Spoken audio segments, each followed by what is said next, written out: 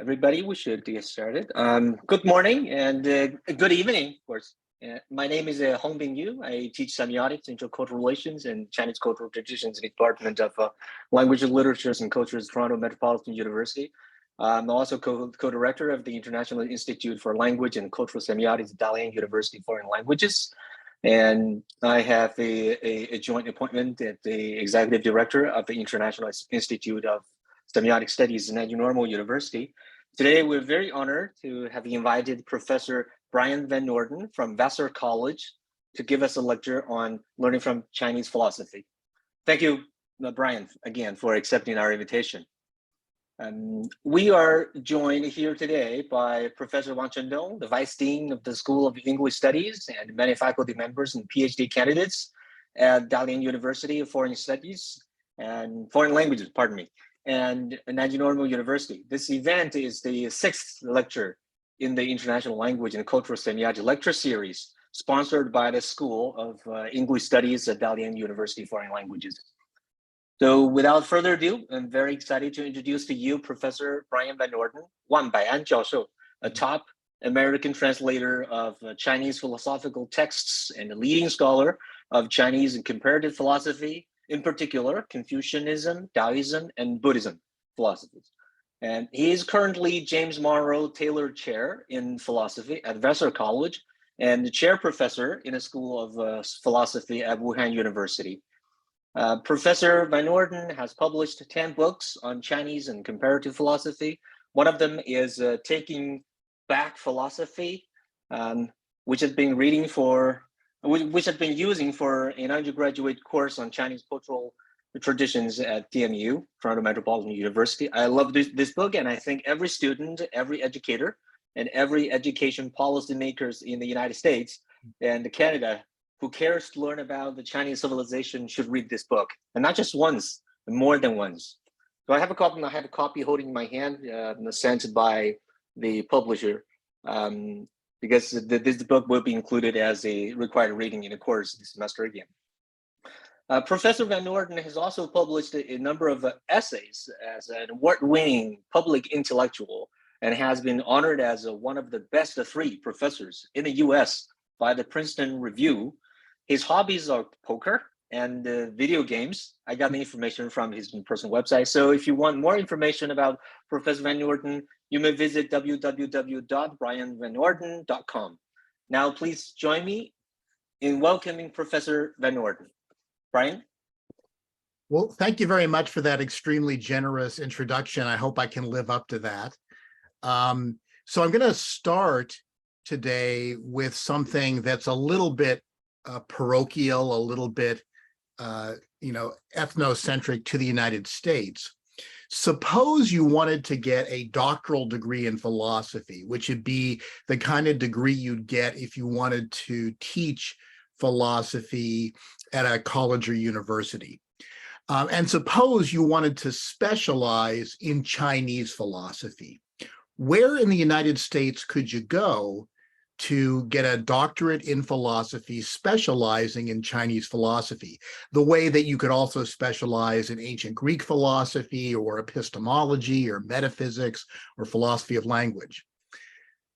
I keep a list of doctoral programs in the United States and in other parts of the English-speaking world where you can study Chinese philosophy, and occasionally I miss one or occasionally one will drop off the list, but this is a pretty representative list. It's about 13 doctoral programs in the US in philosophy where you can study Chinese philosophy. Now, on the one hand, that might sound like that's a pretty fair number of places, but if you realize there's about 100 doctoral programs in philosophy in the US, that's not very many, especially because almost all of these places you could study, as I say, epistemology, or you could study Descartes or Kant or Hegel, or philosophy of language, or ancient Western philosophy. But only 13 places could you study Chinese philosophy in a doctoral program. All right, why is that exactly? I sometimes ask my colleagues in philosophy, hey, have you considered hiring someone to teach Chinese philosophy in your program? And I get several answers for why more places don't teach Chinese philosophy. And honestly, the answers I get aren't very good. And so I sometimes call them sophistries against teaching Chinese philosophy. Sophistry is just a fancy term for an argument that might seem superficially convincing to some people, but it's really not a good argument. So I don't know any good arguments against teaching Chinese philosophy, but I have heard a few sophistries. One sophistry I sometimes hear against teaching Chinese philosophy in philosophy departments is, well, Bryan, the thing you don't understand is that there is no such thing as Chinese philosophy. I've been told this to my face by some people, and my response to that is to say, well, that's funny, because I've edited 2 anthologies of Chinese philosophy translations into English. One of them, Readings in Classical Chinese Philosophy, is kind of the standard anthology of classic Chinese philosophy, and it's just entered its 3rd edition. And then when it comes to later Chinese philosophy, I co-edited and contributed to Readings in Later Chinese Philosophy. So it seems like there is such a thing as Chinese philosophy. So that's the answer to that sophistry. Another argument I sometimes hear is people will tell me, well, Bryan, the thing you don't get is that the word philosophy is an English word that goes back to a Greek root, philosophia.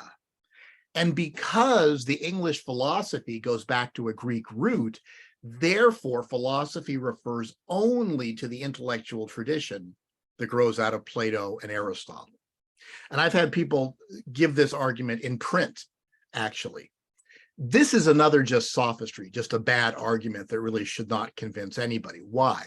Well, if this sophistry were a good argument, then by parallel reasoning, there would be no geometry outside the tradition that goes back to Euclid, because geometry is a term that goes back to a Greek root, geometria, and the first great Greek geometer was Euclid, who wrote a work called The Elements, which is a standard geometry textbook in the West for centuries. And so if this argument about philosophy worked, then the same argument would show there was no geometry outside the tradition that goes back to Euclid. But there is geometry outside the tradition that goes back to Euclid, both in India and China. A second reason this is a simple sophistry against teaching Chinese philosophy that is, if this argument were sound, then you'd think that rigorously trained philosophers would just not recognize anything as philosophy outside the Anglo-European tradition. But in fact, they do, and they have recognized philosophy outside the Anglo-European tradition going back centuries. Let's look a little bit more in detail at each of these arguments.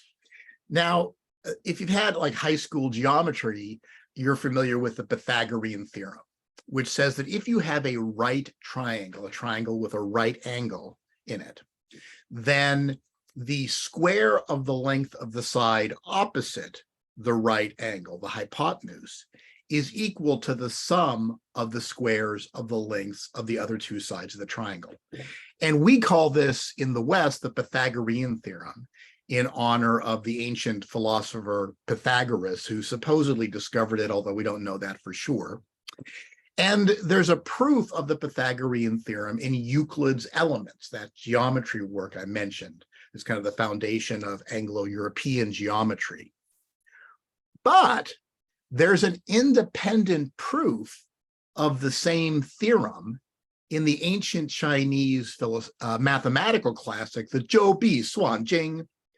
And contemporary mathematicians have studied this proof in the Zhou Bi Suan Jing, and the general consensus is that the proof is rigorous, and in fact is maybe more elegant than the proof that you find in Euclid's Elements.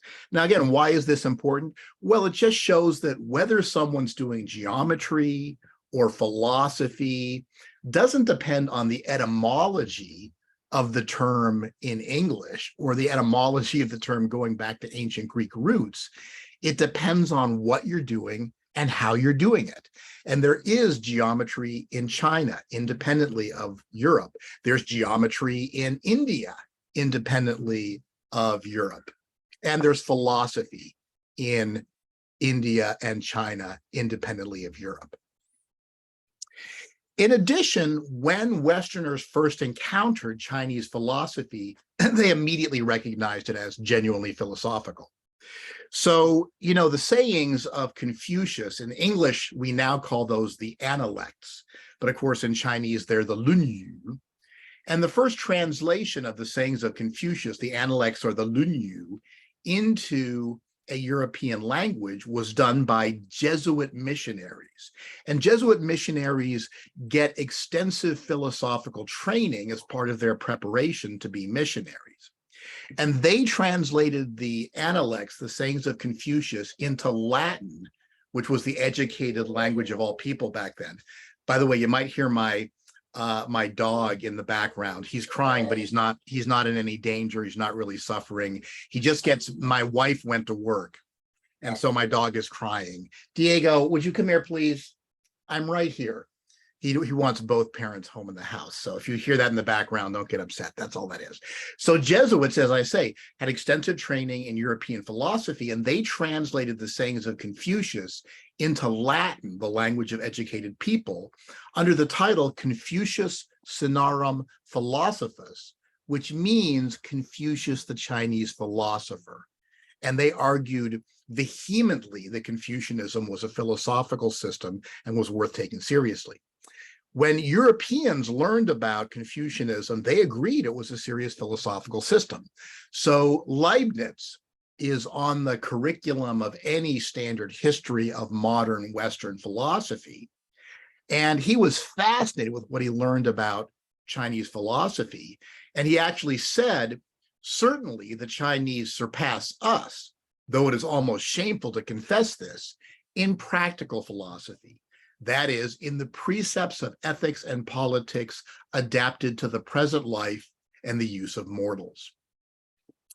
Other people in the Germanic world were also very impressed with Confucianism. Christian Wolff is not a figure who is as well known today, but he's actually a seminal figure in the early Enlightenment period in Europe.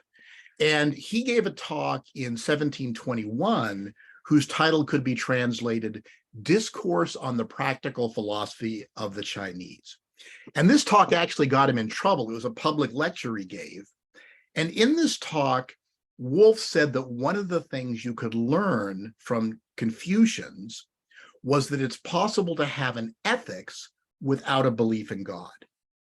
Now, whether there's nothing in Confucian ethics that corresponds to a transcendent being like God. For example, some people would say that Tian, heaven, is in some way corresponds to God, at least in the sense of being a transcendent source of ethics. But that's a controversial point. But anyway, Wolff's interpretation was no, there's no transcendent basis for ethics in Confucianism. And he thought this was a thing you could learn positively from Confucian thought. But Christians in his era were not happy with the suggestion that you could have an ethics without belief in God. And so Wolff was ordered to vacate his position as a professor at a university within 48 hours on pain of death should he fail to vacate the university. Well, Wolff did leave, but he had what we call a good bounce in academia. That is to say, he lost one job but bounced into a better job at another institution. And undaunted, a few years later, gave another talk whose title could be On the Philosopher King and the Ruling Philosopher, in which he praised Chinese rulers for listening to philosophers like Confucius and the later Confucian Mengzi, also known in the West as Mencius. Well, it wasn't just Jesuits and people in the German-speaking world who were really impressed with Chinese thought. In France, Francois Quesnay wrote a book called Chinese Despotism. And despotism has a negative connotation in contemporary English, but Kenne actually praised Chinese rulers for listening to philosophers, not just Confucians, but Kenne, who was one of the founders of laissez-faire economics, said that one of the inspirations for his advocacy of laissez-faire economics was the notion of wu-wei and the conception that the sage king Shun had ruled through wu-wei non-action. And he thought that similarly, you could find in economics the principle of non-intervention in natural processes, which he compared to wu-wei. Well, given how excited everybody was about Chinese philosophy, you'd expect that Chinese philosophy went on to be a central part of the Anglo-European philosophical canon, right? But it didn't. What happened? Well, a great book on this topic is by my friend and colleague, Peter K.J. Park, Africa, Asia, and the History of Philosophy, Racism in the Formation of the Philosophical Canon. And Park demonstrates by going back and looking at what people wrote in philosophical textbooks during the period he's studying. And he points out that up until near the end of the 18th century, there were really three common views about the origin of philosophy that were accepted in Europe about the origin of philosophy. The first major view that people had in Europe that was defended in textbooks in Europe about the origin of philosophy was that philosophy began in Africa. And from Africa, philosophy was imported into ancient Greece. The second major theory was that philosophy started in Asia, particularly in India, and from India, philosophy came to ancient Greece. Now, I'm sure you can imagine what the third major theory was. The third major theory was that philosophy started independently in both Africa and India, and both Africa and India gave philosophy to ancient Greece.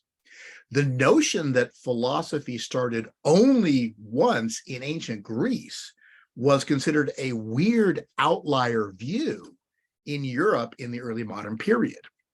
Now, this doesn't mean they're right, but it means that it was not something that people took for granted that philosophy had only started in ancient Greece. But then things began to change near the end of the 18th and the beginning of the 19th century. And one of the seminal figures in this, as Park demonstrates, is Immanuel Kant. Now, most people don't know about Kant's views on race, but they've recently been rediscovered. He lectures about race mostly in lectures he gave on topics in anthropology, but Kant is a really great philosopher in areas in ethics other than race, and in political theory other than issues about race, and also, of course, in epistemology and metaphysics. And he had a great influence on later European philosophy, but because of his great influence, the later European philosophers rewrote the philosophy textbooks, and they presented all of European philosophy as basically kind of groping towards Kant's transcendental idealism. And they accepted views about the racial superiority of white people, which Kant certainly didn't invent, but he did accept pseudoscientific notions of race and the pseudoscientific notion that whites were racially superior to other races. So these are some quotations in translation from some of Kant's lectures. They're unpleasant, but we have to face up to them. So Kant hierarchically ranked the races with whites at the top. He said, the race of the whites contains all talents and motives in itself. The Hindus have a strong degree of calm, and all look like philosophers. That notwithstanding, they are much inclined to anger and love. They thus are educable in the highest degree, but only to the arts and not to the sciences. They will never achieve abstract concepts. The race of Negroes is full of affect and passion, very lively, chatty, and vain. It can be educated, but only to the education of servants, i.e., they can be trained. The indigenous American people are uneducable, for they lack affect and passion. They are not amorous, and so are not fertile. They speak hardly at all, care for nothing, and are lazy. Kant ranked people in East Asia, including the Chinese, on the same level as the people in South Asia or India, whom he referred to as Hindus. He said, philosophy is not to be found in the whole Orient. Their teacher Confucius teaches in his writings nothing outside a moral doctrine designed for the princes, and offers examples of former Chinese princes, but a concept of virtue and morality never entered the heads of the Chinese. Now, most of my colleagues in philosophy would, of course, reject the explicit racism of Immanuel Kant, but they accept the tainted fruit of Kant's racism, which is they take for granted that there never was any philosophy outside the tradition that goes back to Plato and Aristotle. And that's why they give these ridiculous sophistries against teaching it, including simply denying that philosophy exists outside the Anglo-European mainstream, or denying that anyone has ever recognized as philosophical philosophy outside the Anglo-European mainstream. Now, I say that most of my colleagues would reject the explicit racism of Kant's account, but I would invite you to look at this interview with Professor Anita Allen, who's an African-American woman who recently became president of the Eastern Division of the American Philosophical Association. And she's about my age, maybe a little younger, and she's written movingly about some of the very extreme racism she's had to deal with as an African-American woman in philosophy. And although Kant is responsible largely for excluding African and Asian philosophy from the philosophical canon through the influence of his later followers, that doesn't mean that Kant's philosophy is not valuable. So Charles Mills, who passed away far too young just recently, applied Kantian ideas to critique notions of racism. And in addition, there are great Chinese thinkers who have applied broadly Kantian ideas to critiques of institutions and practices that they feel are unjust. So just because we acknowledge Kant's racism doesn't mean we have to dismiss everything in his philosophy or can't appropriate it for genuinely progressive ends.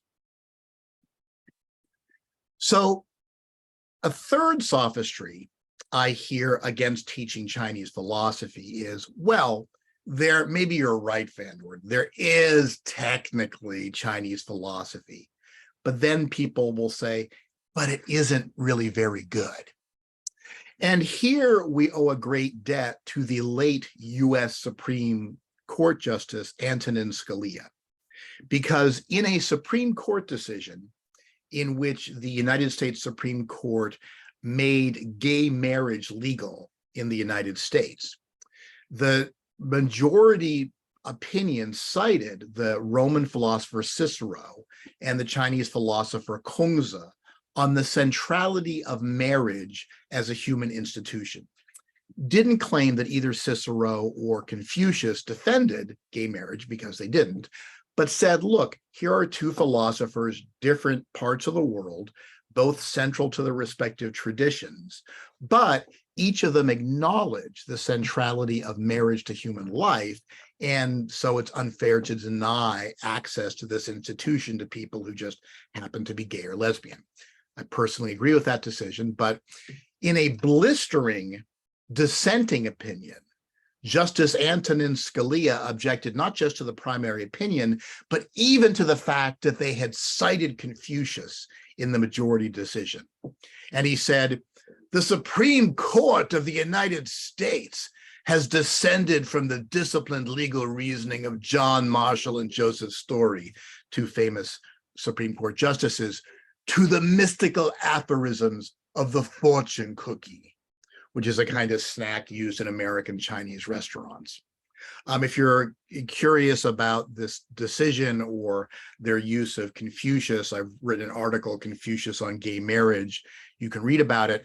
But as I say, in a way, Scalia's done us a favor because he said explicitly and in print what many people whisper to like-minded colleagues over drinks at the faculty club. And the only way to respond to this suggestion is, well, let's take a look at some Chinese philosophy and see, does it seem like serious philosophy worth looking at? Well, if you're going to talk about Chinese philosophy, one place to begin, pretty obviously, is Kongzi, sometimes known in the West by the Latinization of his name, Confucius. And you might know this is a poster from a biopic about Confucius. I think it was kind of a boring movie, but it was an interesting, movie about that. It's interesting that there's a movie about Kongzi.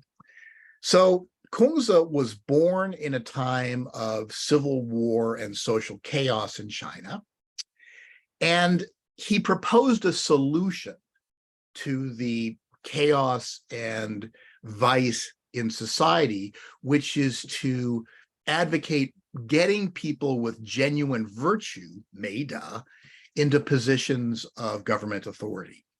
But if you want to give people with virtue government positions, you have to figure out how to cultivate virtue in individuals. And Kongzi argued that virtue can be taught by a combination of habituation, through including things like ritual, and the study of the classics of poetry and history.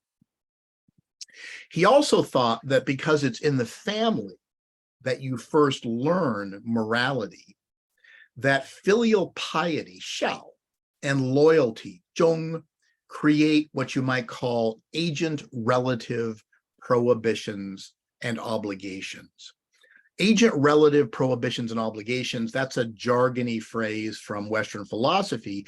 It just means that an agent-relative obligation would be like my obligation to care for my parents because they're my parents, or my obligation to care for my children because they're my children, which is different from my general obligation to care for the elderly or my general obligation to care for younger people.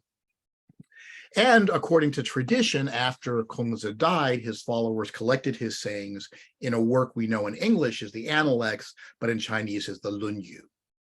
Now, if you know some Western philosophy, you might know of Plato, and in particular, Plato's work called The Republic. Plato was born in a time of social chaos and war in ancient Greece. And he thought that the way to get out of this situation in ancient Greece was to cultivate virtue in individuals and get those individuals into positions of government authority. And he called genuinely virtuous people philosophers. And so he wanted to have a society run by philosopher kings and queens.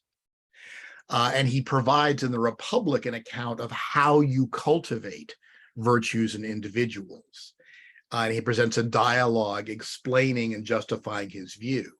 And so there's many differences between the accounts of Confucius and Plato. For example, Plato says that the highest individuals in terms of virtue, the philosopher kings and queens, will have their children in common. And so they won't have agent-relative prohibitions and obligations. But structurally, there's an interesting similarity here. They both advocated solving a social problem by cultivating virtue in individuals and getting those individuals into positions of government authority.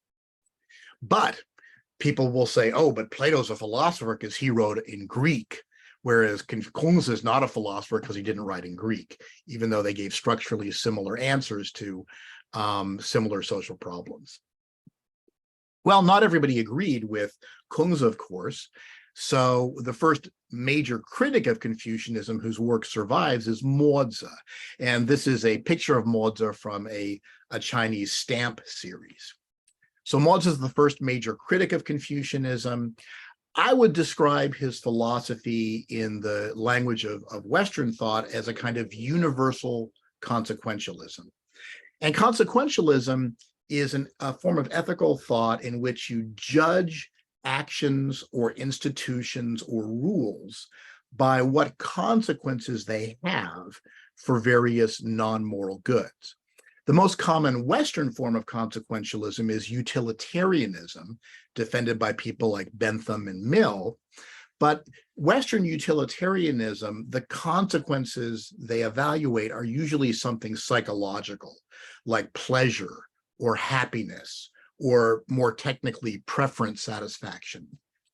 But Moza advocated consequences that could be publicly quantified, like wealth, populousness, and social order. And in place of advocating filial piety, Moza advocated impartial caring, Gen-I, which could be understood as a claim that you should have no agent-relative prohibitions or obligations. So for Moza, if I have an obligation to care for my parents, it's only because I have an obligation to care for everybody's parents. Or if I have an obligation to care for my children, it's because we all have an obligation to care for everybody's children. Well, since Moza was, challenging the Confucian view, and since there's many people find the Confucian view kind of plausible, he had to come up with some strong arguments to try to convince people the Confucians were wrong. And one of the most interesting arguments Moza gives is sometimes called the caretaker argument. And he begins by describing two different kinds of people. One, a partialist, a person who believes in bier. Suppose there are two people, one who maintains partiality, bier, and one who maintains impartiality, jian. And so the person who maintains partiality would say, how can I possibly regard the well-being of my friends as I do my own well-being? How can I possibly regard the parents of my friends as I do my own parents? And so when his friends are hungry, the partial person does not feed them. When his friends are cold, he does not clothe them. When his friends are ill, he does not nurture them. And when his friends die, he does not bury them. This is what the partial person says and what he does.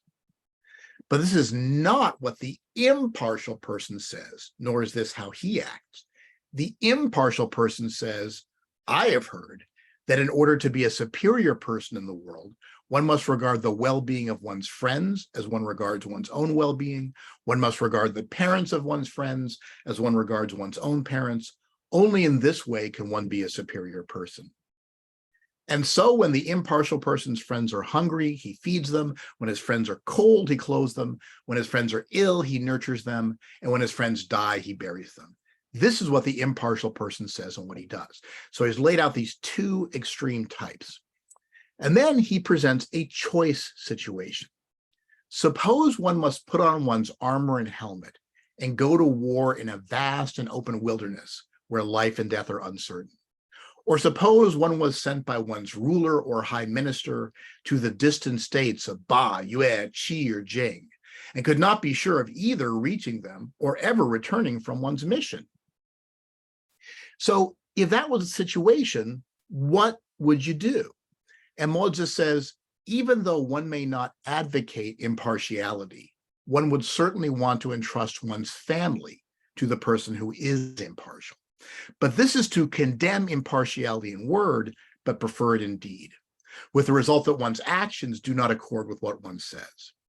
And so I don't see what reason any person in the world who has heard about impartiality can give for condemning it. And here's an image that's taken from a book that just came out recently by Professor Helen de Cruz, Philosophy Illustrated, in which she illustrates various philosophical thought experiments, including the caretaker argument. Now, I think there's a problem with the caretaker argument, especially if it's supposed to be an argument against Confucians. But I'm a philosopher, and philosophers usually have some bone to pick with every other philosopher's view except their own. So the fact you disagree with a philosopher doesn't mean they're not arguing philosophically. And this thought experiment is classic philosophical type of argument, whether you agree with it or not. Well, not everybody agreed with the Confucians or the Moists. And in particular, in the 4th century BCE, Yang Zhu really shifted the debate by shifting the focus to the notion of the nature of things, or human nature, Xin. And to understand the nature of the whole concept of what a nature is, I've got a picture here of a bonsai tree. And if you know what bonsai trees are, it's when you take a tree that normally might grow to be, 10, 20 meters tall, but you put it in a shallow pot and you trim it.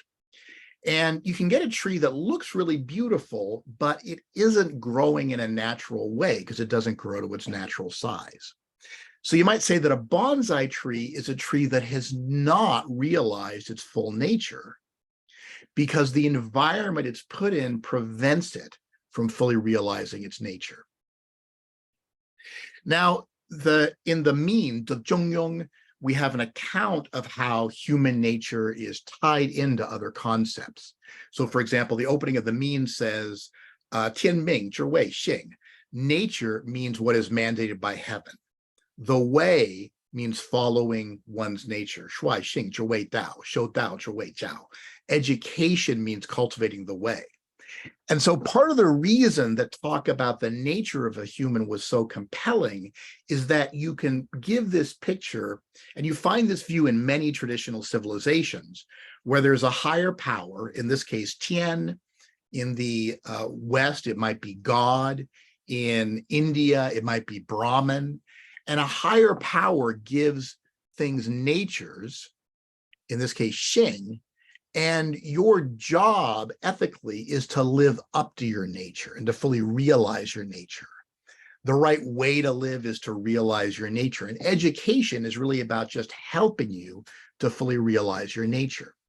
So Yangju appealed to this notion, but then he claimed that human nature is purely self-interested.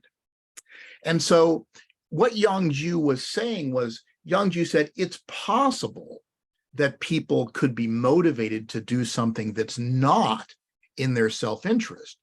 But if they do that, they're like a bonsai tree whose nature has been warped.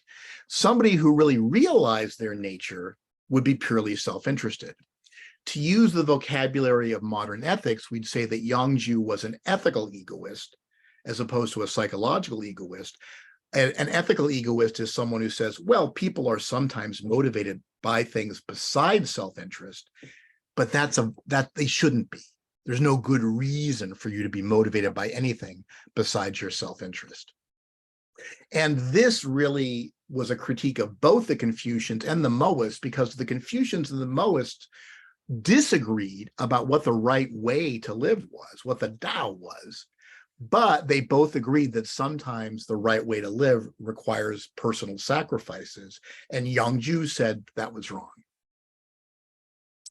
And unfortunately, we don't have any writings we can reliably attribute to Yangju. But there is in the Zhuangzi a thing that's sometimes called the Robber Jur dialogue, which presents a dialogue between Robber Jur, this notorious villain, who defends a view kind of like the view of Yangju, and Kongzi. And Kongzi is trying to convert Robber Jur to be a virtuous person, but Robber Jur won't have any of it. And after listening for a while, he gets angry at Kongzi and he says, this is, Robber Jur talking to Kongzi, defending something like the view of Yangju, we think. Now, let me tell you something about the human essence. The eyes want to see colors, the ears want to hear sounds, the mouth wants to taste flavors, and the emotions want fulfillment. People live at most 100 years, usually 80, sometimes 60, subtracting time spent recovering from illness, mourning death, and fretting over worries. There are only 4 or 5 days a month people can open their mouth and laugh. Heaven and earth go on forever, but people die when their time comes. Put this perishable good in that eternal space, and its time flashes by like a galloping horse past a crack in the wall. If you're not gratifying your wishes and cherishing your days, then you do not understand the way. I reject everything you say. Go home right now without another word. This way of yours is crazy, fraudulent, vain, empty, and artificial business. It is no way to fulfill your true self. So this notion that your true, authentic nature is to satisfy your desires and act in your own self-interest, that seems to be what Yangju was defending. Well, at this point, Confucianism was under attack from the Mohists. It was also under attack from Yangju, and it might have died out forever had it not been for this guy, Mengzi, who, as you can see, also gets a Chinese stamp. Mengzi was a Confucian philosopher of the 4th century BCE. In terms of Western terminology, I describe him as a virtue ethicist, that is to say, someone who focuses on cultivating character. And of course, virtue ethicists like Mengzi or Aristotle are concerned with what actions you perform, but they think the best way to think about ethics is to focus on things like cultivating virtues of character. And the most important virtues, we might say the cardinal virtues for Mengzi, are ren yi li zhi. That is to say, benevolence, righteousness, which I think you could also translate in English as integrity, wisdom, zhi, and propriety, li. And Mengzi argued that human nature is good in the sense of having innate but incipient dispositions towards virtue, which he described using an agricultural metaphor as sprouts.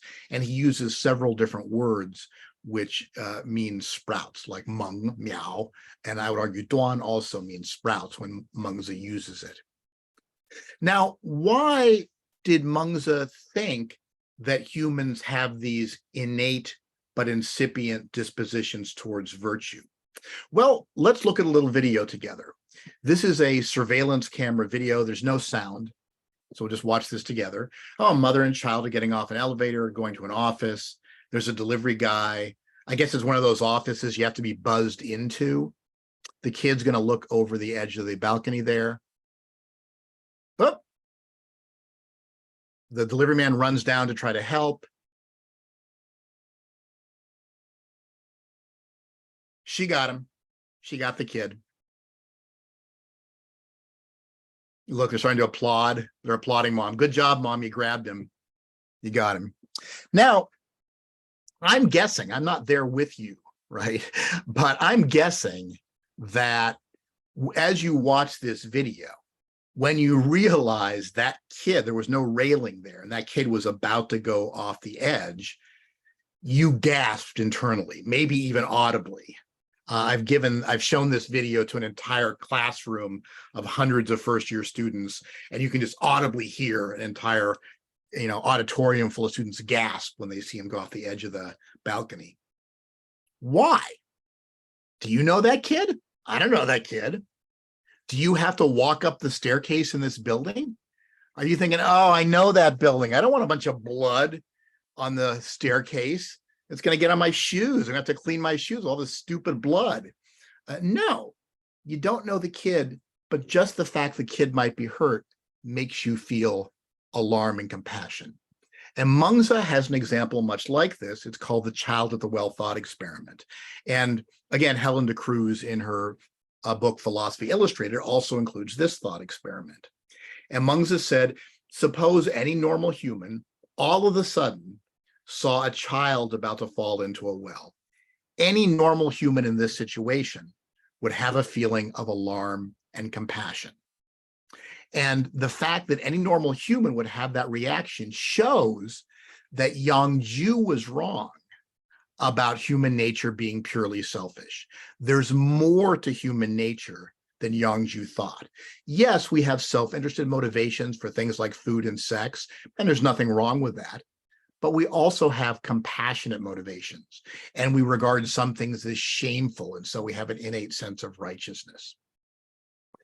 Now, you might think you have an objection to this view, but I bet that objection is one that Mengzi has anticipated, because what you might be thinking about, well, what about sociopaths or serial killers? Aren't there some people who wouldn't have a feeling of alarm and compassion? Look at Mengzi's story of Ox Mountain, Nioshan, for Mengzi's answer to that. But Mengzi says that, look, it's not that we're all naturally good, but we all have the sprout of benevolence.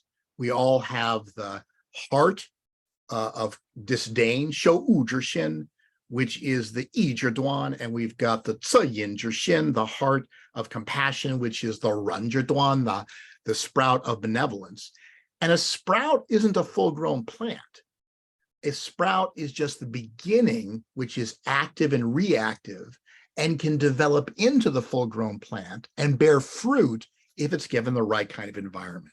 So Mengzi said this shows that we have a capacity to be benevolent, but we're not born benevolent. We're born with a capacity to manifest benevolence that can be cultivated into a full-blown virtuous disposition.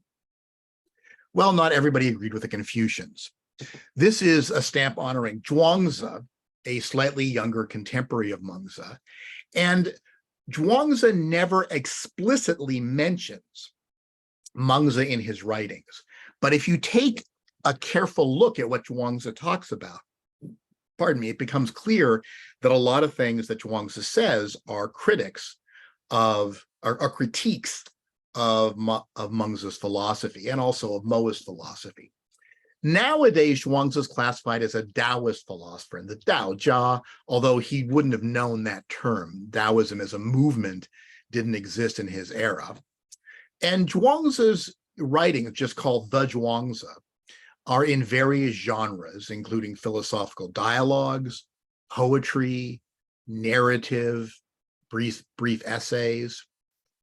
He presents arguments for a variety of different positions, including skepticism, the view that you can't know the truth, relativism, the view that the truth depends upon your perspective, and pluralism, the view that there are a variety of different ways of life, each of which is equally good, but inconsistent with one another. And these are actually inconsistent positions. And so if you're going to be a skeptic, if you don't know what the truth is, you don't know what the truth is relative. And if truth is relative, that's different from pluralism. The pluralist said there's a bunch of things that are good, whether you acknowledge it or not, but you have to choose among them. The relativist says that what's good depends upon your perspective. And some philosophers like me suspect that the reason Zhuangzi says so many different things is not that he's careless, or it's not that he doesn't notice that he's saying inconsistent things. It's that Zhuangzi's arguments are ultimately therapeutic rather than systematic, meaning Zhuangzi is trying to talk you out of a certain view rather than trying to talk you into one particular view. But why do I say that, Zhuangzi is a critic of Mengzi?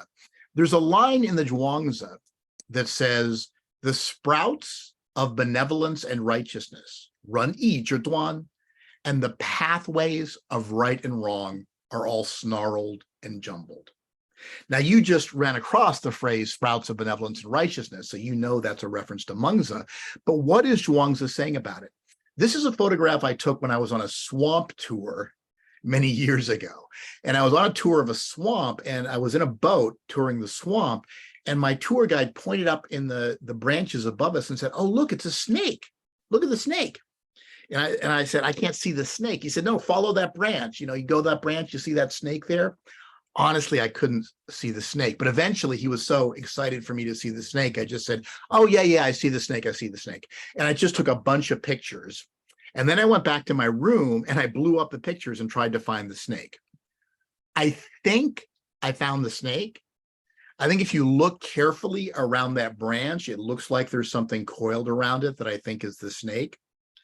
But the reason I'm showing you this picture and talking about this is when, branches and sprouts are all tangled together, it can be really hard to identify what you're looking at.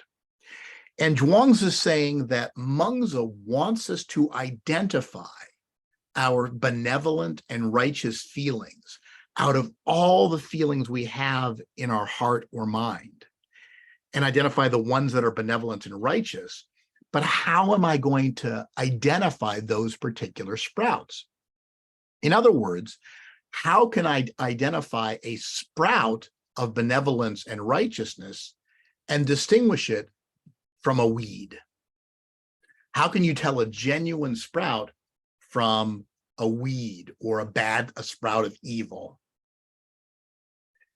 Well, that's an interesting line of argument, but does Zhuangzi give us anything, more technical, more specific. And this is the last argument I'm going to talk about from the Chinese tradition. And it's a really fascinating argument. It's a regress argument, technically speaking. And Zhuangzi says, look, suppose once you and I have started arguing, if you win and I lose, then are you really right? And am I really wrong? If I win and you lose, then am I really right? And are you really wrong? He goes on, is one of us right and the other one wrong? Or are both of us right or both of us wrong? And notice he considers 4 possibilities. If we're arguing about is P true or is Q true, he says, well, it could be that P is true. It could be that Q is true. It could be that both P and Q are true, or it could be that both P and Q are false. This way of arguing in the Indian tradition is called a kataskati, when you consider the 4 possibilities of two claims, P and Q. If you and I can't understand one another, then other people will certainly be even more in the dark. Whom shall we get to set us right? Shall we get someone who agrees with you to set us right? But if they already agree with you, how can they set us right? Shall we get someone who agrees with me to set us right? But if they already agree with me, how can they set us right? Shall we get someone who disagrees with both of us to set us right? But if they already disagree with both of us, how can they set us right? Shall we get someone who agrees with both of us to set us right? But if they already agree with both of us, how can they set us right? Notice he's gone through the 4 possibilities again, but considering the opinions of other people, not just your opinion and my opinion. If you and I and they all can't understand each other, should we wait for someone else? So now notice in this argument, Zhuangzi doesn't define what winning an argument or losing an argument is. But I think that's actually a strength of the argument he's giving. He's saying, define winning an argument however you want, whatever criteria. Maybe it's convincing the audience. Maybe it's convincing your opponent. Maybe it's convincing a judge or a panel of experts. All we know, Zhuangzi says, is that people are convinced by an argument or not convinced by it. But we can't think that, for example, convincing people proves you're right, because we all know of cases in which people have been convinced by certain arguments that we think are actually wrong. And so just being convinced by an argument doesn't prove it's right, or the experts being convinced. The experts believed in Europe in the Middle Ages that the Earth was the center of the solar system and the sun went around it. But the experts were wrong. The people who won the argument were wrong initially. So we don't know what's true and false. We just know who wins an argument in some sense. That's a really powerful skeptical argument, an argument that we don't know the truth. But I want you to notice something about this argument. Zhuangzi just gave us an argument for why we should not trust arguments. So Zhuangzi gives us an argument against arguments, which, if it's a good argument, should also undermine our confidence in the argument. Did Zhuangzi not realize that he'd undermined his own position? I think he did. I think Zhuangzi realized that his argument undermined all arguments, including his own argument. But if Zhuangzi has undermined all arguments, should we just stop talking? I don't think so. And this is one of my favorite lines in Zhuangzi and one of my favorite lines in all of Chinese philosophy. Zhuangzi says, a fish trap is for fish. When you've got the fish, you can forget the trap. A snare is for rabbits. When you've got the rabbit, you can forget the snare. Words are for meaning. When you've got the meaning, you can forget the words. Where can I find someone who's forgotten words so I can have a word with him? So Zhuangzi says words are like a tool you use to get to something like meaning that is beyond the words. But you got to focus on the thing you're trying to get that's beyond the words, not on the words. But that doesn't mean you have to stop talking. It just means you have to recognize that words are just useful tools that ultimately you have to transcend. And if you know Western philosophy, this might remind you of Ludwig Wittgenstein, one of the most influential philosophers of the 20th century. Ludwig Wittgenstein wrote a work called the Tractatus Logico-Philosophicus, in which he lays out a theory of meaning. And if you pay careful attention to Wittgenstein's Tractatus, what you will realize is that according to the Tractatus, the theory of meaning that the Tractatus gives you is meaningless according to the Tractatus. So the Tractatus as a work is meaningless by its own account of meaning. Did Wittgenstein not know that? Oh, he knew that. And he concludes the Tractatus by saying, my propositions serve as elucidations in the following way. Anyone who understands me eventually recognizes them as nonsensical when he has used them as steps to climb beyond them. He must, so to speak, throw away the ladder after he has climbed up it. Whereof one cannot speak, thereof one must be silent. Zhizhi bu yan, yanzhi bu zhi. But Wittgenstein was a very serious philosopher because he wrote in German, whereas Zhuangzi couldn't be a serious philosopher because he said very similar things, but had the poor taste to say them in classical Chinese instead of in German or in classical Greek. I hope the sarcasm of that comment is obvious. Thank you all for listening to my talk. If you'd like to learn more about Chinese philosophy, you could check out my book, Introduction to Classical Chinese Philosophy, which a Chinese translation of this is coming out very soon, or you can check out some of the videos or articles on my website, bryanvannorden.com. Thank you very much for your time. Well, thank you, Bryan. Thanks so much for your wonderful talk, which is really, I think, the best talk I've ever heard so far. That considers some of the fundamental issues of and in Chinese philosophy on such a broader canvas. I love the ways you sampled your close textual analysis of the pivotal works in Chinese philosophy, especially Zhuangzi. I consider myself a Zhuangzian philosopher or Zhuangzian semiotician, but the ways you interpreted the Zhuangzi texts just now really eye-opening. And it's now 8:30, pushing 8:30. I think there might be some questions from the audience.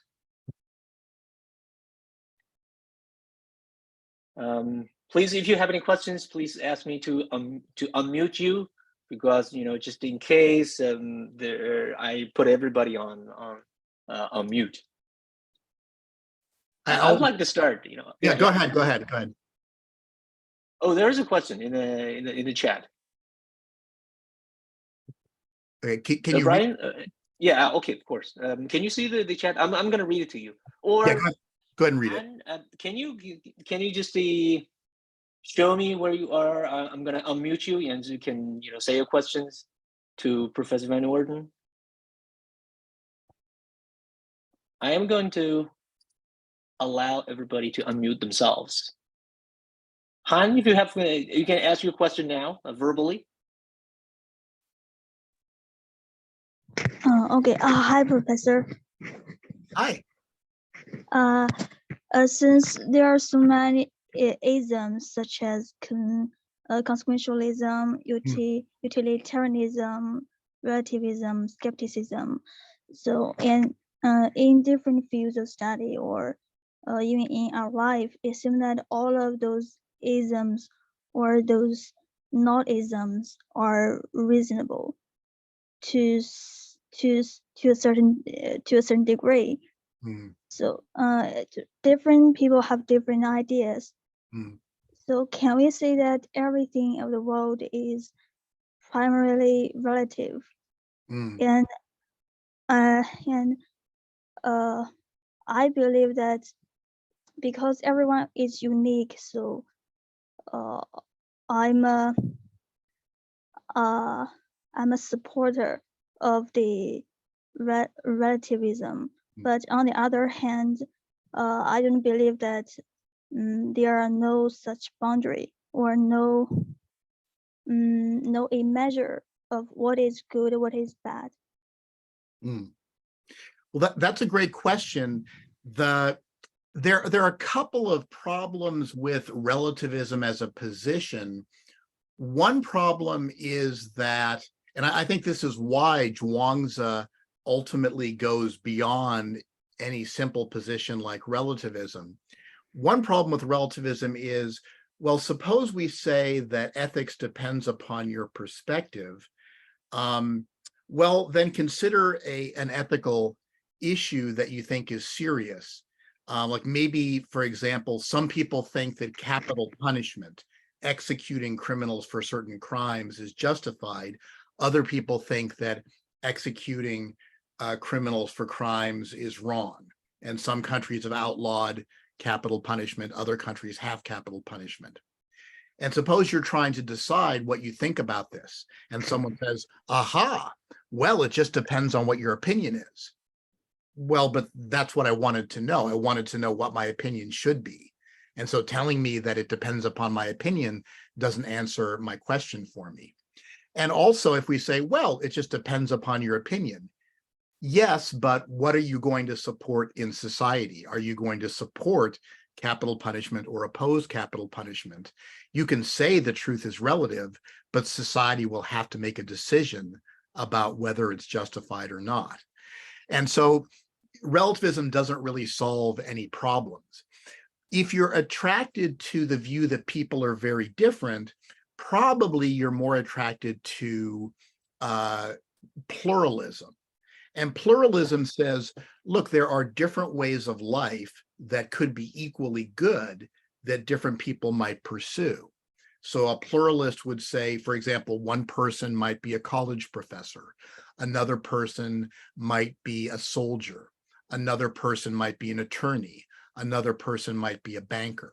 The pluralist would say, if you live each of these lives well, each could be a good life. There's no one right way of life. And if you'd like to learn more about pluralism, I'd recommend Isaiah Berlin, who's an influential 20th century philosopher who talked about pluralism as an alternative to relativism. And Berlin's essays have been very influential in Western thought, especially on notions of what freedom is. So I would look up Isaiah Berlin. That's a great question. Thank you. Thank you, Professor.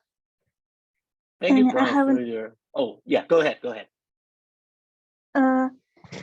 Can we say that the boundary between the good, the bad, the true, the false, is like a broken line or something?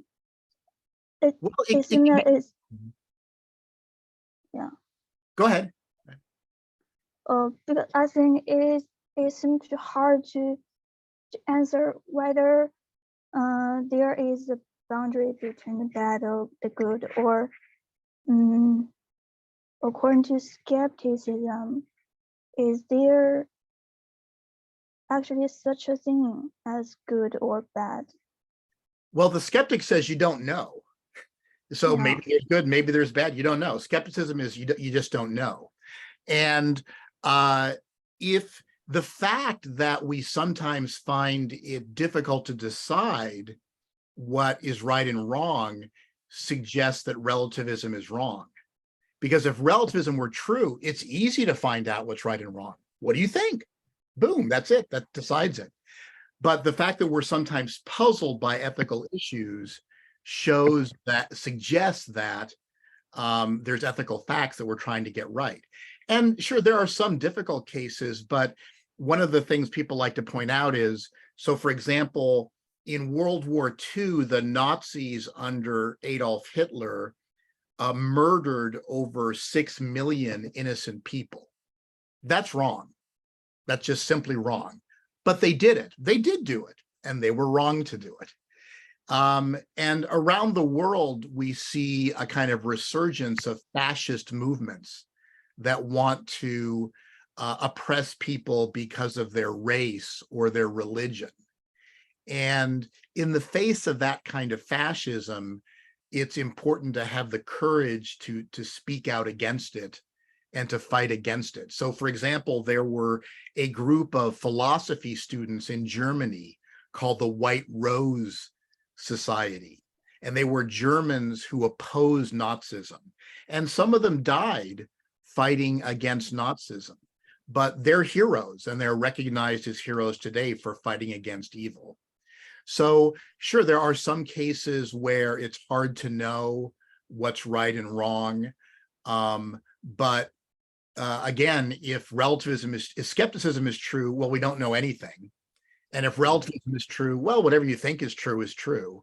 And that doesn't seem to do justice to the complexity of our sense that, for example, when we saw that baby about to fall off that ledge, I think we all went, oh no. And we were really happy when the mother grabbed him. And that suggests that we know it's bad if babies are injured, and we care about the well-being of babies. And it's not just a matter of personal opinion. I see. Thank you. Thank you. Thank you, Brian. I agree with you about the Isaiah Berlin. It happens that I've been reading one of his books recently, The Power of Ideas. The second time. I think the second time reading it gives me, an opportunity to look at things in ways that I couldn't in the past. And there are two more questions in the chat. Ho Xiaoxun from Dalian University Foreign Languages. Would you mind just speaking, unmuting yourself and asking Professor Van Norden the question directly? Okay. Can you hear me now? Yes. Okay. Thanks, Professor, for telling us about the research on Chinese philosophy. As a Chinese, I'm ashamed of knowing much less than you about the Chinese culture and the philosophy. And my question is that, could you please tell about, besides moral wisdom given by Chinese philosophy, how a person improve the logic and the reasoning by learning Chinese philosophy? Well, I think one thing, in a sense, you're always learning logic and reasoning when you're thinking carefully about any text. I have taught formal logic. And formal logic was really invented by Aristotle. And there's a long tradition of formal logic in the Anglo-European traditions and also in the Islamic world. But I don't teach formal logic very much anymore because I feel like the abstract reasoning patterns of formal logic are hard to apply to concrete cases. And so I think the best way to learn about reasoning is read challenging texts and think about them very carefully. So by looking at for example, the arguments given by the Mohists and the arguments given by Zhuangzi, by thinking about them, that's how you learn to think rationally, is by analyzing actual arguments people have given and not by looking at more abstract reasoning patterns. I also sometimes teach a course on modernism, postmodernism, and hermeneutics. And in this course, I look at those three major theories about rationality that are really the three major views that dominate in the social sciences and the humanities. And I tend to be in the hermeneutic tradition, which emphasizes the importance of rationality as being dialogical. But if you're interested in, say, learning in general about the nature of rationality, I would recommend some things like, in my course, I have students read Bertrand Russell's brief book, The Problems of Philosophy, which is a brief book that you can find online now. It's in the public domain.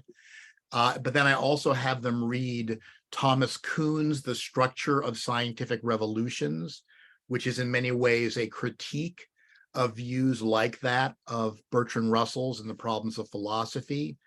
And then I end the course on something like Alistair MacIntyre's Whose Justice, Which Rationality, or Alistair MacIntyre's Three Rival Versions of Moral Inquiry. So So those are works that if you want to learn more about the general nature of rationality, I'd say I would look at those at a more abstract level. But in general, I think you learn best how to reason by looking at particular examples of reasoning and thinking about them. Like I say, I have taught abstract formal logic in the past, but I've become convinced that it's less useful than actually learning how people reason in particular circumstances. Okay, got it. Thanks for your recommendations of the books. Sure. All right, there is a Huang Xizhi. Can you unmute yourself and ask Professor Van Norden the question directly? Okay, thank you. Thank you very much. Firstly, I want to thank the Professor Bryan because it is a great opportunity for us to have this lesson, and the lecture is really inspiring, and we have learned a lot. So, Professor Bryan, could I ask for a question? Does the idea of dichotomy has already existed in Chinese philosophy in ancient times? Because from the lecture, we've learned that maybe the speaker thinks what he has said is right, but maybe the hearer don't think so. This is my first question. And the second question is, could you give us more explanation about what's the core difference between the Chinese Asian philosophy and the Western Asian philosophy? These are my two questions. Thank you very much. Sure. Well, let me start with the second question. I think that there are two kinds of mistakes that people make when they try to compare Chinese and Western philosophy. I find that either on the one hand, people overemphasize the differences and try to make Chinese and Western philosophy just be radically different. And I sometimes jokingly refer to that position as a methodological dualism, where people just like, well, there's this, just like there's a duality of mind and body, so there's a duality of East and West. And I think that if you look at the details of Eastern or Western thought, they're actually a lot more similar than that dualistic view allows. On the other hand, occasionally you get people who go to the other extreme and they notice all the similarities and they say, oh, wow, Western philosophy and Eastern philosophy, they're just the same. You know, Zhuangzi is the same as Plato, and Plato is the same as Mengzi, and Mengzi is the same as, you know, Lao Tzu. Like, well, that can't be right. And so one of my teachers had a slogan. He said, we should look for similarities in differences and differences in similarities. And what he meant by that is when you see an apparent difference between two thinkers, ask yourself, is this framed in terms of a broader similarity that makes the difference make sense? Or if you see a similarity, when you look at it in more detail, do you find subtle differences? So for example, Mengzi and Aristotle are both giving versions of virtue ethics. And when you give a virtue ethics, you're interested in basically four things. What is it to live well? What is a good life? What virtues or character traits do you need to live well? How do you cultivate those character traits so that you can live well? And what is human nature like such that it's possible to cultivate those virtues so that you can live well by exercising the virtues? And Aristotle and Mengzi, and I'd say also Kongzi and Xunzi, are similar in that each of them are concerned with these four topics, but they give interestingly different answers to each part of them. Just like I suggested in my talk, there's a way in which Confucius in the Lunyu and Plato in the Republic are doing something structurally similar, because they're people who live in societies that are corrupt and in crisis, and they're proposing as a solution cultivating virtue in individuals and getting those virtuous individuals into positions of authority. But of course, the details of what Confucius and Plato think are virtues and the ways in which they think you cultivate virtues are very different. And so this is, I kind of think, what Lee Yearly, my teacher, meant by looking for similarities and differences and similarities. And yeah, so there's kind of, we often see, going back to your first question, we often see dichotomies. In a way, philosophy starts when there's a disagreement, so philosophy starts at the point where you have a disagreement and you're not sure what the method is yet for resolving the disagreement. If you agree about the method for resolving the disagreement, then the topic becomes its own specialized field, like physics or chemistry or biology or mathematics. But if the topic is interesting, but you don't yet agree about the method for resolving it, I think in a way that's definitive of what a philosophical problem is. So I hope that's helpful. Okay, thank you, Professor Bryan. It's really impressive, and I will learn more in detail after the lecture. Thank you. Thank you. Well, like I said, I think everybody should read Bryan's books, especially the one I'm holding in my hand right now. It's like Taking Philosophy Back, because some of the ideas Bryan showed us today, shared with us today, actually featured in this book. So I would like to ask a couple of questions, if you don't mind, Bryan. Sure. Yeah, we still have some time, and we will wrap up at 9. And so I will ask you 3 questions. The first one is built on the one Hongxin just asked. It pertains to the matter of the so-called multicultural, the so-called matter of interculturalism. But I am a strong supporter of multiculturalism in the real sense of the word.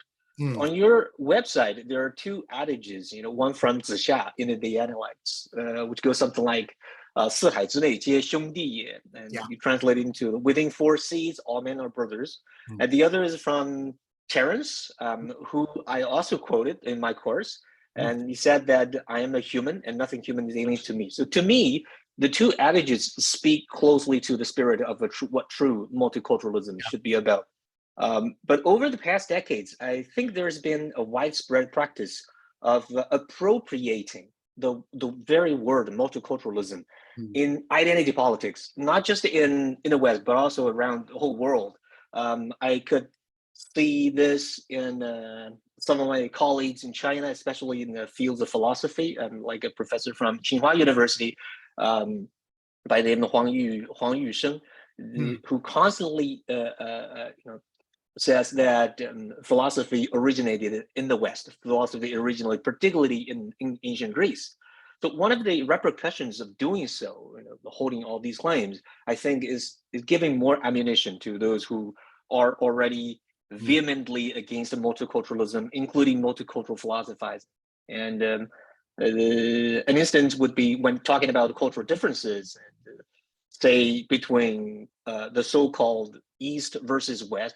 Far too many people reduce the differences to differences in ways of thinking and therefore philosophies, and make the same claims at, Nicholas Tampio, who says that philosophy originates in Plato's Republic, or who said the same thing as what Huang Yusheng said. Your work, including the book Taking Back Philosophy, has addressed this kind of essentialist ethnocentrism, if I remember correctly, in intellectual history. How do we move beyond or defeat essentialist ethnocentrism? Or in your words, the kind of illusion that intellectual traditions have unchanging essence that makes them hermetically sealed? Or maybe in other words of yours just now, methodological dualism. How do we move beyond that thing or those things? Yeah, that's a great question. I think, to speak a little broadly, when I was very young, I mean, I was born in 1962. So there were still a lot of people alive who had fought in World War II. And my father actually fought in World War II in the Pacific Theater. And so people were proud of having defeated fascism in Germany and Japan and Italy, and about the triumph of, democratic societies against fascist states. And so we thought that, we defeated fascism forever, but we're seeing a saddening, rejuvenation of fascist movements around the world. A lot of these, like intellectual fascism, it comes in a couple of varieties. I've been intrigued by how many there's sort of like a kind of neo-pagan, non-Christian fascism that goes back to Oswald Spengler, who wrote a seminal book, The Decline of the West, right before, in between the First World War and the Second World War. And a lot of fascist movements have been inspired by Oswald Spengler's The Decline of the West. In some countries like the United States, there's also a kind of Christian nationalism, which it can become a kind of fascism. And that's not to condemn all Christians by any means. I think true Christians, like, I have Pope Francis and a picture of him back here. And like people like Pope Francis condemn fascism. But there are also, Christian nationalist fascists in the United States. So these movements try to establish a kind of cultural purity that excludes others. But I think if you're intellectually responsible, you can see, for example, that some examples I use are when Mengzi says, look, any normal human being who saw a child about to fall into a well would have a feeling of alarming compassion. Students all over the world, when they read that example, can understand it. It's not like, oh, only Chinese people have that reaction. No, of course not. I've taught Mengzi all over the world, and students are like, no, I see, that's a pretty good point. But often students will also say, but aren't there some people who wouldn't have that reaction? And I say, okay, so you need to look at the Neoshan, the Ox Mountain example from Mengzi. That's where he addresses the concern that some people might not have that reaction. But the fact that students all over the world ask that question that Mengzi's anticipated shows the commonality of human nature. Or another great classic is the Bhagavad Gita, in India. And what's the Bhagavad Gita about? It's about a great soldier who has to fight in a battle because his ruler has sent him in the battle to fight, but the people he has to fight against include his relatives and friends and former teachers.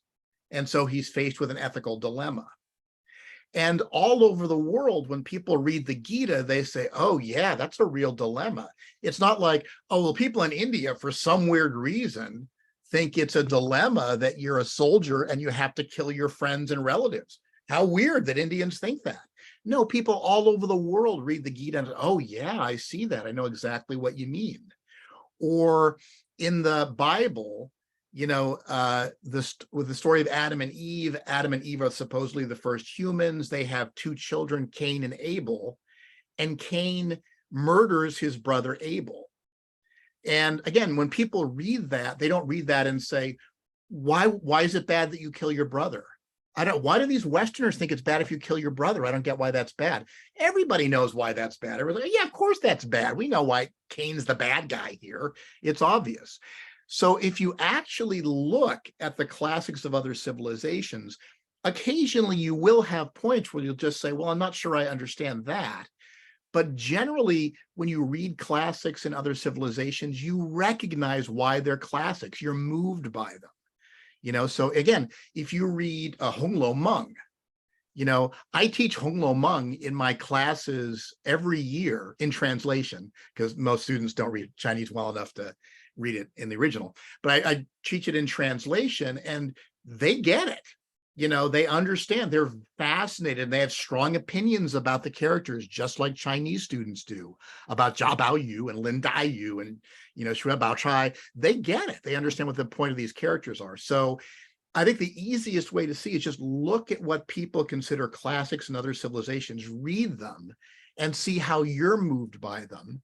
And you'll find the questions you have are questions that people in the native tradition generally also have.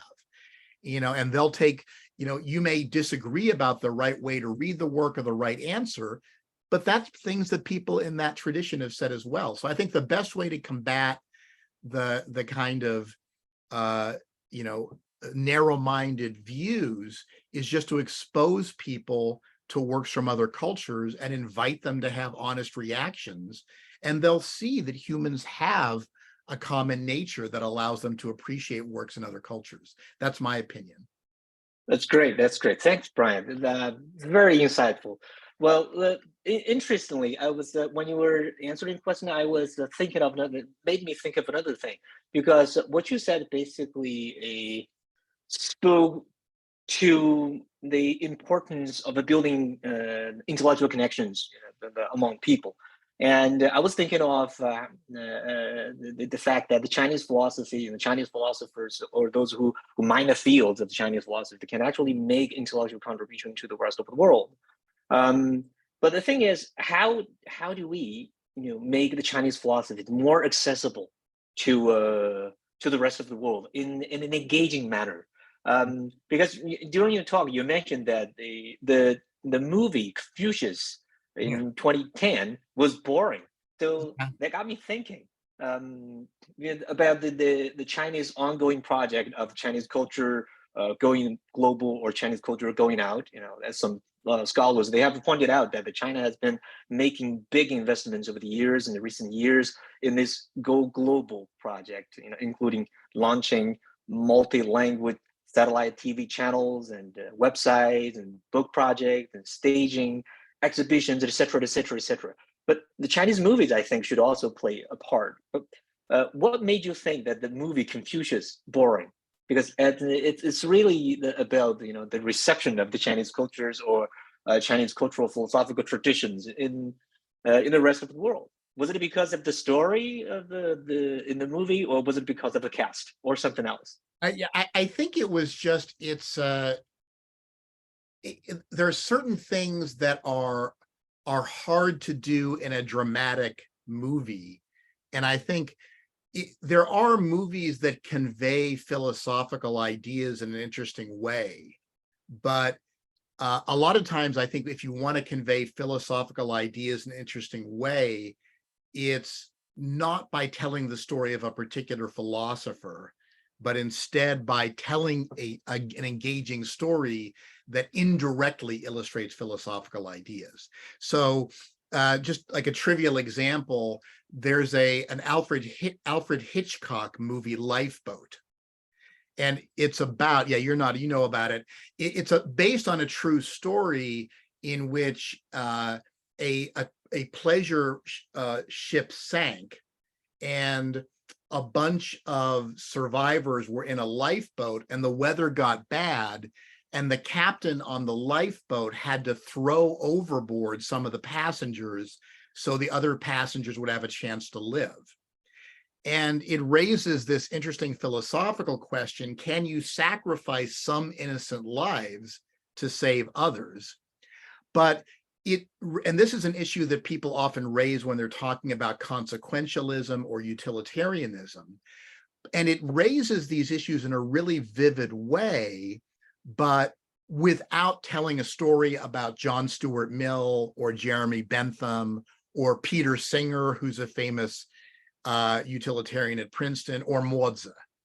Right. So in a way, that lifeboat story raises more interesting issues about utilitarianism and consequentialism than would a film about one of the founders of utilitarianism. So I think it's just, you know, and part of the, I think, issue with the Kongzi movie is, you know, they took the star playing Confucius, an action movie star, but it's not an action movie. Confucius is not an action. He's not a, you know, on the poster, you know, as I showed, on the poster, he's got a, he's holding a bow and arrow as if, you know, he's like about to like kill some villain. But Confucius uses archery as an example of a way in which a gentleman trains themselves. And in particular, you train yourself to accept responsibility for your own success or failure and not get angry at others when you lose. And so it's not about killing bad guys with a bow and arrow. It's about learning to discipline yourself and, you know, be demanding of yourself, but forgiving of others. But that's hard to demonstrate in a, you know, in a movie, if that's the way you want to demonstrate it. So, but I think, I do think, you know, I know this is answers your question, but like in the United States, the most widely viewed people commenting on public affairs are generally actors and comedians who get talk shows. That's, I think, a bad idea. Like that the people who are most widely viewed, like Joe Rogan is famous in the United States for commenting on public affairs. He's a game show host and martial arts commentator. And millions of people listen to what he says about things like Plato. Literally, he talks about Plato. Like, that's not a good start. So I think we do better if we made more of an effort to have intellectuals commenting on public affairs as opposed to entertainers, former actors and actresses, and comedians. That's so right. What you said reminded me of a lot of things. What you said about the, you know, the so-called pseudo, I would say pseudo intellectuals out there. Somehow I just remember what happened yesterday or the day before. Tucker Carlson, Yes. the Fox News, the Yeah. parted ways with Fox News. That was very interesting, hilarious to me. Anyway. Yeah. Go ahead. Think about that. Yeah, of course. I was going to say, I hope this is appropriate for this context, but Tucker Carlson is an American news person who hosted a show in which he advocated using a sun lamp on men's genitals to increase their sperm count. I'm not making that up. It's not a joke. You can look this up online. This is a newsman who told American men to put a sun lamp on their genitals to increase their sperm count. And this is the kind of person who gets taken seriously by millions of Americans. That's right. That's right. That's why I keep saying, I keep telling my students and my colleagues that there are so many things you can actually learn from outside of America. Could I ask you one last question? It's already over 9 o'clock. It's a brief question. It's actually about the book, Taking Back Philosophy. Not so much about the content of the book as the aesthetic design. The cover of the book features an image of the Monkey King, or Sun Wukong, one of the main characters from the Chinese philosophy Journey to the West. So I know this story has been told through many iterations of in the forms of cartoons, films, and video games around the world. But I had never seen any book on philosophy adopting an image of the Monkey King before I read your book. What was the context? Personally, I would venture a wild guess. Like Sun Wukong has been widely known as the god of fighters. Towards the end of the story, he helps overcome any obstacles and find solutions to any problem in your life, right? Or was it related to Monkey King's superpowers of the 72 transformations, its ability to travel on clouds, covering tens of thousands of kilometers in just a single somersault? What was the context of using the image on as the cover of your book? Great question. It's really two things one thing is, in a way, the book is a little combative. It's taking back philosophy and multicultural manifesto is arguing against certain views and trying to critique certain ways of seeing the world. So an active, aggressive kind of figure on the cover seemed appropriate. But also when they showed me this cover, because they gave me several choices, and when they showed me this one, I said, as you know, the underlying story of the Monkey King and going on this journey is ultimately to help a monk go to India and bring back sutras from another culture, and then to positively transform Chinese culture. So in a way, the Shioji, the underlying historical story, is about cross-cultural understanding and learning from other cultures. And so I thought, wow, that's a really great example to underlie to use on our cover. And then, if I hope everybody can see the cover here. If you go down under Taking Back Philosophy and Multicultural Manifesto, there's what looks like a little bit of the Great Wall there. And that symbolizes the way in which the book is about jumping over barriers and breaking down walls between cultures. And that's the image that I end the book on, is, breaking down walls and, barriers. So I thought the underlying story of Shioji, which is about learning from another culture, was really appropriate image, and also just a very vibrant image of fighting for what you think is right. Oh, thank you so much for the wonderful answers. I couldn't agree more. So unfortunately, we are towards the end of the lecture today, and I don't see more questions in the chat. Thank you so much, Bryan, for accepting our invitation and giving this wonderful talk to us. We were really honored to have you with us, and I look forward to the future and opportunity of having you here with us again. And also, you woke up at the very awkward hour in the morning and gave us talk. This is really, really appreciated. Thank you, and thanks everyone for joining us for the lecture. And we will see each other again soon in the future lectures and the lecture series. Thank you, everybody. Take care, Bryan. Thank you. Bye-bye. Bye.